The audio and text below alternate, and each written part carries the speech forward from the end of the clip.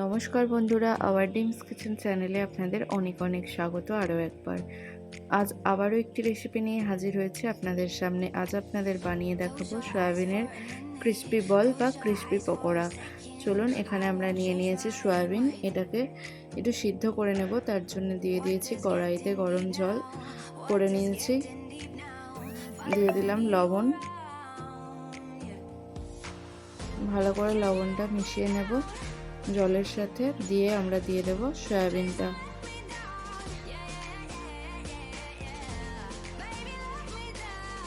সয়াবিনটা 2 থেকে 3 মিনিট ভালো করে হাই ফ্লেমে আমরা সিদ্ধ করে নেব। সিদ্ধ হয়ে গেছে, এবার এটা ঠান্ডা করে এর জলটা ভালো করে চিপে নেব। দেখুন, দিয়ে আর গ্রাইন্ডারে দিয়ে দিয়েছি।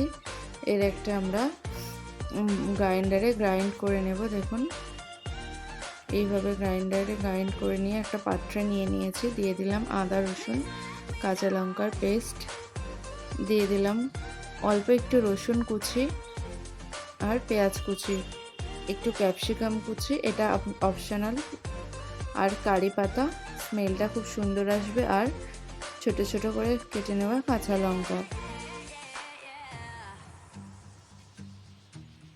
একে একে আমরা এবার মশলা অ্যাড করে দেব। দিয়ে দিলাম হলুদ গুঁড়ো, লঙ্কার গুঁড়ো, অল্প একটু জিরে গুঁড়ো, আর দিয়ে দেব অল্প একটু ধনে গুঁড়ো।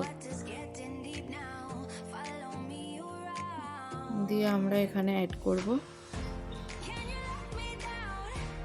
একটা ডিমটা অবশ্যই আপনারা ইউজ করতে পারেন, নাও করতে পারেন।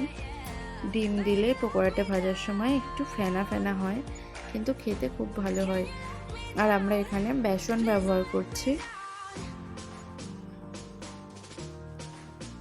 বেসন দিয়ে ভালো করে এটাকে মেখে নেব।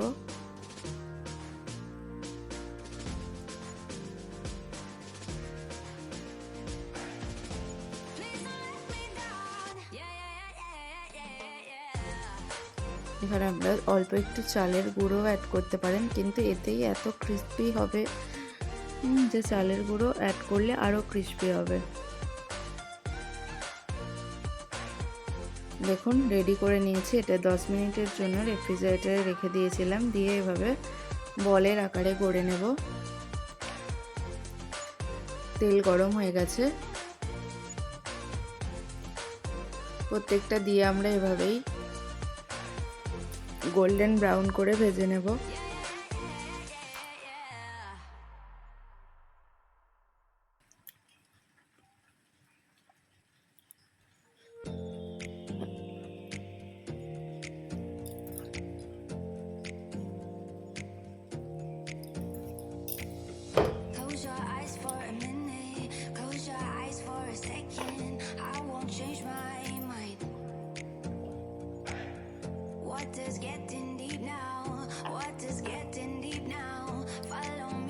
মিডিয়াম ফ্লেমে রেখে আমরা ভালো করে ভেজে নিয়েছি। দেখুন,